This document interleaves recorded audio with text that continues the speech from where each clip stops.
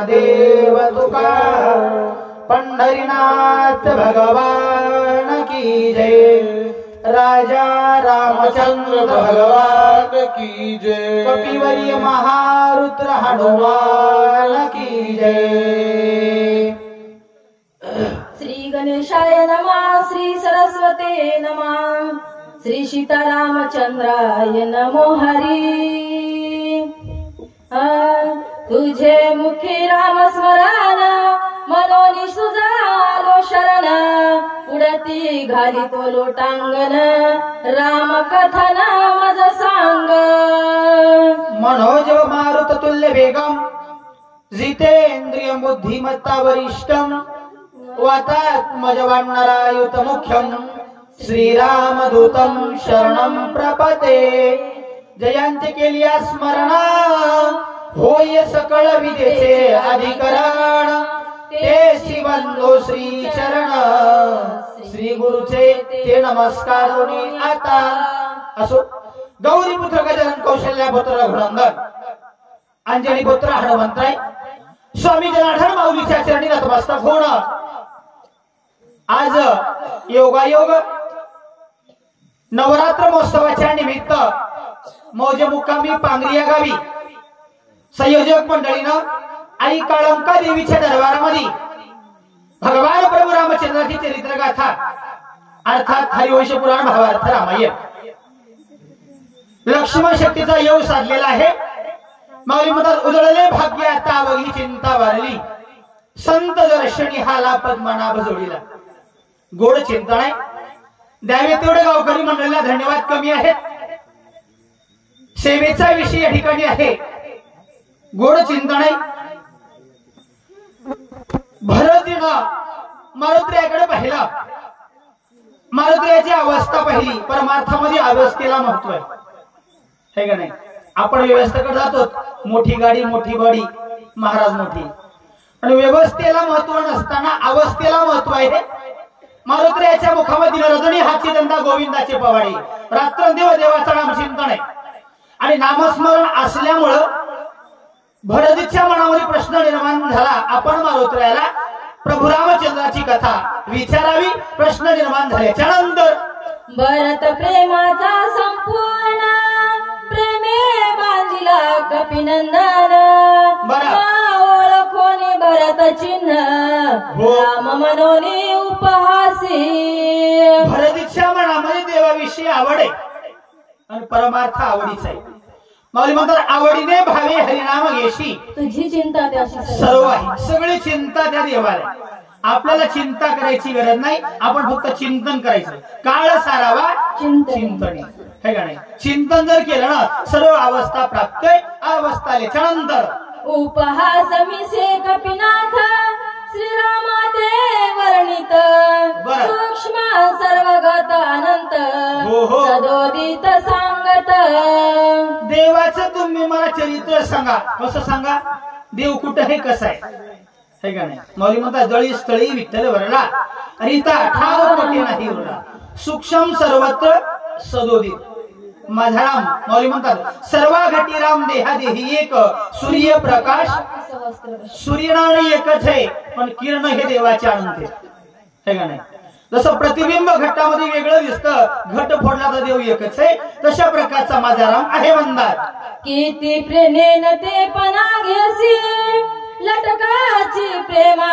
दाविसी जगासी जैसा ठकवितोसी तैसे मानसी चालेना मारुत्र्य सांगू लागले ठिकाणी भरतीचा प्रश्न ऐकल्यावर देवाला विचारलं देवा तू सगळ्या जगाला ठकवलंच देवा म्हणून म्हणतात देव ठकडा आणि देव एका पायाने लंगडा हे का नाही सगळ्या जगाला ठकवलं देवा पण हे ठकवणं पण माझ्यापाशी चालत नाही हे का नाही मी तुला जाणणार आहे ओळखलेल्या अशा प्रकारचं मारुत्र्या बोलल्याच्या नंतर उघड सर्वत्वाससी असोनी विश्वा वेड लाविसी जगीच जगान दिससी पाहता लपसी सूक्ष्मत्वे देव नाही अशी अवस्था नाही देव आहे म्हणून तर आहे ना तुझं आहे तुझं पाशी आणि परी जागा चुकलास किंवा कुठे शोधिसी रावळी मंदिरी नांदतो देव तुझ्या अंतरी. उगाच आपण इकडे तिकडे पाहलो. देव सर्वत्र असून सुद्धा या जीवाला शिवाची ओळख होऊ दिली नाही. जीव आणि शिव एकच. माऊली म्हणतात जीव शिव दोन्ही एकरूप झाले. एकरूप झाले. ही एकरूपता आहे.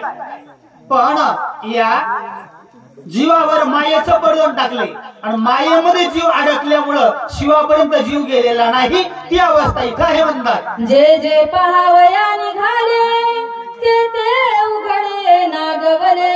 हो नागवे हळहळीत केले हिंडविले दिगंती. मारुतीला विचार करून समोरला या ठिकाणी देवा तुम्हाला पाहायला गेले नाही असं अवस्था नाही. काही पाहायला गेले पण जे पाहायला गेले ना त्यांना वनवास पाठीमागे लावला. हे का नाही. दुःखच पाठीमागे दिलं. पहा तुम्ही अवस्था. भक्त प्रल्हादाला स्वतःच्या वडिलांना 11 प्रकार केले मारण्याचे. किती दुःख आहे. मग हे एक एक दुःख किती आठवावं देवा. प्रत्येकाची अवस्था आहे बाबा. मग या अवस्थेमध्ये देवा तो दुःखच पाठीमागे दिलेला हे म्हणतात. एकी अन्नची वर्जिले एक कपाला खाऊ लागले. एकी तृणरस शेविले पाहू लागले तुझ लागी. देवा तुम्हाला पाहण्यासाठी प्रत्येकाने अवस्था बदलली. प्रत्येकाने मार्ग बदलले. काही जणांनी अन्नाचा त्याग केला. पाणी पिऊन राहू लागले. काही जणांनी झाडाचा पालाच खाला. हे का नाही. पण देवा तो त्यांना भेटला नाही. अनेकांनी योग साधना केली. माऊली म्हणतात योगियाच्या ध्यानी ज्ञाता तुळशी आणि तोची आम्हापाशी मागितली. योग रूपामध्ये काही जण पाहायला गेले पण तू त्यांना देवा भेटला नाही. काही जणांनी फलाहार स्वीकार केला. अन्नाचा त्याग केला. उपवासी राहिले. त्यांच्या पाठीमाग दुःख दिलं देवा अशा प्रकारचं म्हणणं आहे. एका माथा जटा भार एकी वळविले शरीर. एक सेविती उदक मात्र एकी निरहील सांडिले. काही जणांनी मार्ग सोडला महाराज. पाहण्यासाठी वेडे झाले. हो वेड व्हावं लागते दाजी. माऊली म्हणतात वेडा झालो आणि वेडी याच्या गावा गेलो. आपलं उलट झाले. आपल्याला येड म्हणून घ्या वाटणार. शहाण म्हणून घ्या वाटायले. बरं म्हणून घेऊ द्या शहाणा हरकत नाही. पण भानगड अशी झाली शहाण म्हणून घ्यालो पण वागलो येण्यासारखी. ही भानगड म्हणायला शहाणे व्हाले तो पण वागालीत येण्यासारखी. तसल्या प्रकारचं महाराज तुम्हाला पाहिला. काही जण डोक्यावर जट्टाचा भाड वाढवला पण त्यांना भेटले नाही. काही ना वल्कलांबर परिधान केले. वस्त्राचा त्याग केला. त्यांनाही देवा तुम्ही भेटले नाही अशा प्रकारचं म्हणणं. एक झाले वल्कलांबर एक चर्माच्छादन पर. एका तृणाचे शेजार एक सविस्तर नरकेश. काही जणांनी आपल्या बसायचं आसन बदललं. चरम आसन केलं. काही जणांनी गवताचं आसन केलं. त्या आसनावर बसले पण त्यांनाही देवा तुम्ही भेटलेले नाहीत म्हणतात. एक जी झाले बोलके दंडी मुंडी भगवे सुडके. एकी वेडीले फडके एक बोलके अति चतुर. अवस्था बदलली परमार्थाची. काही दंडी मंडी त्या ठिकाणी भगवीत अंगावर वस्त्र परिधान केले. भगवं झालं म्हणजेच देव भेटत नाही. हे का नाही. भगवे होण्याची अवस्था वेगळी. माऊली म्हणतात वरी भगवा झाला ना मी अंतरी वश केला का मी. त्याशी म्हणू नये साधू जगी विटंबना.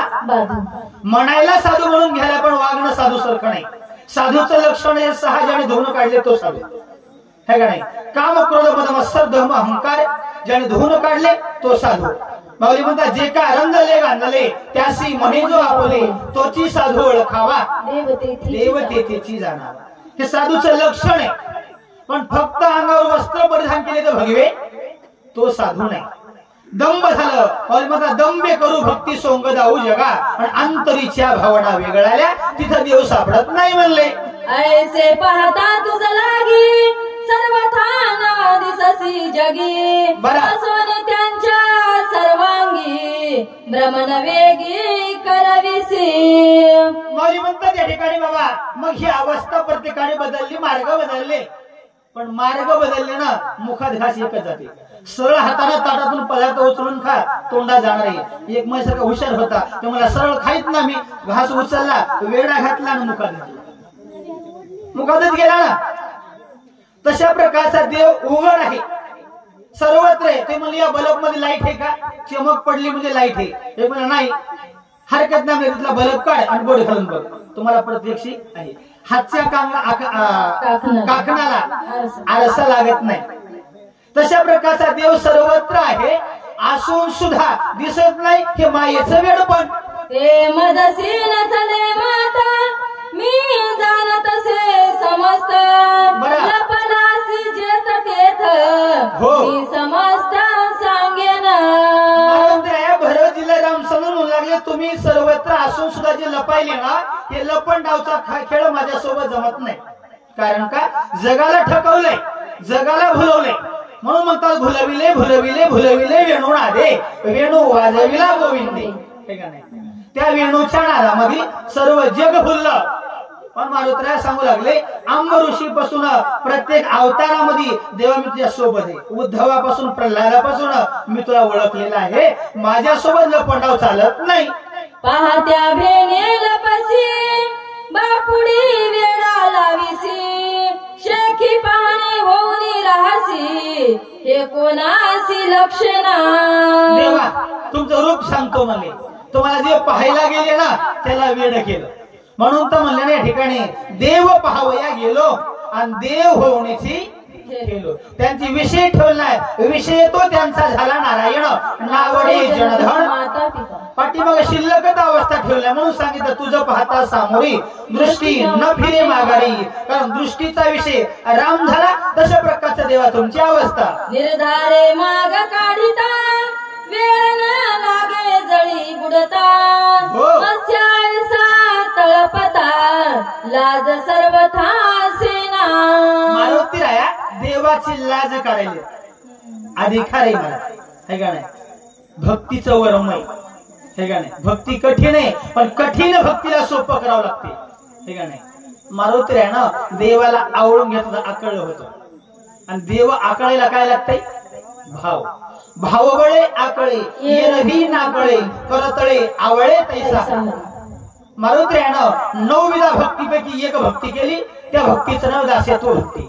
दास्यत्व भक्ती हनुमंतबाई केली, म्हणून देखील देवाला आपलं करून घेतलं मारुतीरायानं. आणि रागा रागानं देवाची लाज काढायला मागं पुढं पाहिलं नाही म्हणले. ओळखोनी धरिता येथ, रूपानी कची धरिता, हात पाय पोटी घालून तेथ, पाठी करीता तिनी बळ. देवाचा पहिला अवतार आहे मत्स्य अवतार. मत्स्य अवतारामध्ये देवा तुम्ही या सागराचं पाणी निमन केलं आणि त्या ठिकाणी दैत्याला मारलं. दुसरा अवतार तिथं तुम्हाला आम्ही ओळखलं, ते साधं सुद्धा मासोळी नाही म्हणले, परभणी जिल्ह्यातला दिसणा नांदेड कडलंय म्हणले. तिथं ओळखलं, तुम्ही दुसरा अवतार लगेच पळाले आणि पळून काय केली म्हणले, आपली पाठ निभर केली आणि हातपाय पोटामध्ये घेतला. म्हणजे कच्छ अवतार, कासवाचा अवतार दुसरा धारण केल्याच्या नंतर पर्वत पडल्या पाठीवरी, ओळखी न दिसे देसी तरी, तेथे धरिता निर्धारी, रूपांतरी लपतोसी. एवढा पर्वत तुमच्या पाठीवर पडला, साधारण कासवाच्या पाठीवर पडल्यावर कासव वाचत नाही. हे कासव जरासही थकलं नाही, काहीच झालं नाही, म्हणजे ओळखू आलं. हे कासव इकडलं तिकडलं नाही, देवाला ओळखावं. ओळखीला हरी धन्य तो संसारी. मारुतीराया म्हणू लागले, देवा तुम्हाला तिथंही ओळखलं, तुम्ही तिथून पळाल्याच्या नंतर धावण्या धावता मागेसी, भेने भेने शुकर होसी, वेगी दाती भोय धरिसी, करुणा भाकीसी अनिवार. पहिला अवतार मत्स्य अवतार, दुसरा कच्छ अवतार, तिसरा त्या ठिकाणी तुम्ही वराहाचा अवतार धारण केला आणि या पृथ्वीला आपल्या दाढीवर उचलून धरल्याच्या नंतर येथे ओळखिता निर्धारी, जबाडे पसरवणी भारी, गुरगुर करिसी खांबा भितरी, नरना केसरी होऊन ठाकसी. ज्यावेळेस पृथ्वीला तुम्ही दातावर उचलून धरलं, सर्वांनी विचार केला पृथ्वी उचलून धरायला हे साधं सुद्धा वराह नाही, हे का नाही? हे ब्रह्मांडाचं वर आहे, तिथं ओळखू आले तुम्ही, तिथून पळाले आणि पळून तिथं हिरण्यकश्यप नावाच्या दैत्याच्या घरी भक्त प्रल्हादासाठी कयाधू महिना देवाची भक्ती केली आणि अंतःकरणामध्ये त्या ठिकाणी मूर्ती साठवली आणि अंतःकरणामध्ये मूर्ती साठवल्यामुळं माऊली म्हणतात देखीला डोळा बैसला म्हणी आणि त्याची बदणी उच्चारी. ते उच्चार झाला आणि भक्त प्रल्हादाचा जन्म झाला. त्या भक्त प्रल्हादानं देवाचं नामचिंतन केलं, नामस्मरण केलं, रात्रंदिवस देवाचं भजन केलं. तिथं खांबामध्ये देवा तुम्ही गुरुगुर करू लागले. केल्याच्या नंतर नख केस तिकट भारी हाते धरुनी अंगावरी उदार चिरवणी नखागरी करसी बोहरी पात्याची. काय केलं तुम्ही या ठिकाणी? अवतार धारण केला नरसिंहाचा, है का नाही? शरीर नराचा आहे, डोकं सिंहाचं आहे. आणि या अवतारामध्ये हिरण्यकश्यप नावाच्या दैत्यानं देवाकडून वरदान मागून घेतलं होतं, देवा मला मरण दे, पण कसं दे? मला अमरच कर म्हणले पहिल्या शब्दात. पण देव म्हणले अमर हे पृथ्वी तलाचं लक्षण नाही. दिसे ते नासे, नासे ते पुनरपी दिसे, हे घटिका यज्ञ जैसे परिभ्रमेगा. हे चक्र आहे म्हणले, फिरणार आहे, है का नाही? उपजले पिंडा मरण सांगाती, जन्मल ते नासणार आहे. हरकत नाही म्हणले देवा, मला दिवसा नको, रात्री नको, शस्त्र नको, अस्त्र नको, मानवाण नको, दानवाण नको, घरात नको, दारात नको, आकाशात नको, पृथ्वीवर नको. इतका हुशार होता महाराज. कोण? दैत्य हिरण्यकश्यप. पण देव चतुर आहे.